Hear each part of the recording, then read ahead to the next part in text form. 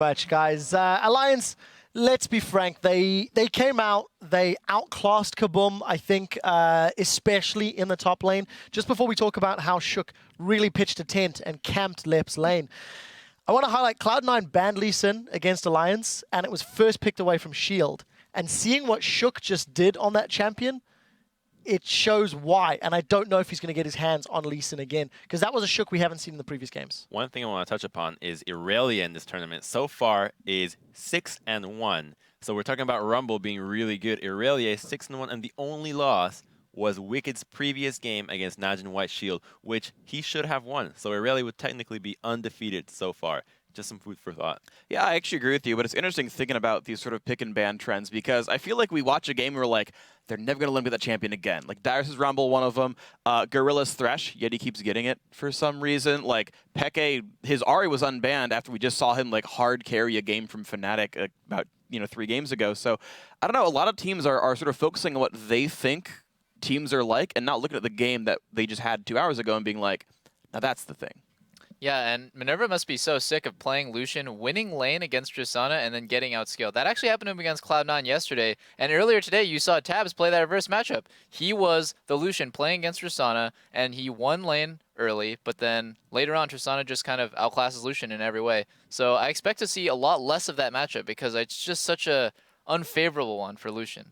Yeah, I mean, well, the thing is also these teams are having a really hard time closing out their games, right? If these teams would be able to finish games in 30 minutes, Tristana would never catch up and it'd be a game win, but they're not doing it. I completely agree with that. I want to just kick off a point there about KaBuM. Once again, they are showing, at least in the mid lane and their duo lane, they're keeping up with the respective opponents. CS-wise, applying pressure. I mean, Tabs and Nif, yeah, the matchup, you can talk about it, but they were on the back foot. Minerva and Dans were in their face, putting a lot of pressure on them and really forcing them to react. So I want to give, once again, some props to the mechanical side of it, but KaBuM just don't seem to strategically be on the same page in terms of looking for dragons, looking for, tower picks and other decisions around the map. Yeah, their jungle top lane synergy seemed way off. Like the timing of the ganks combined out with the minion waves. There's nothing wrong with conceding top lane when you're playing Rumble, by the way. Just base, go to dragon, force people to come to the dragon, if not take it for free.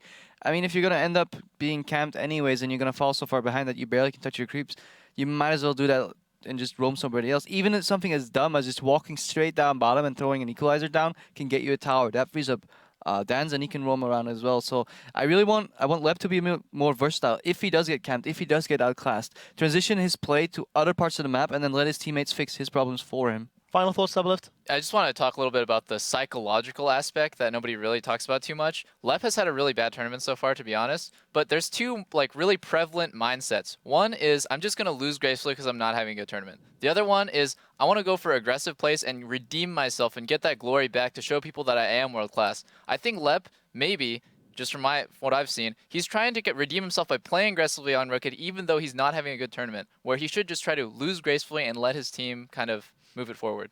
Well, we'll have to see if that mindset will change at all. Guys, we are going to take one last break before we dive into the final game of the day. It'll be North America's LMQ versus the Korean squad, Samsung Blue. Stay with us, you won't want to miss it.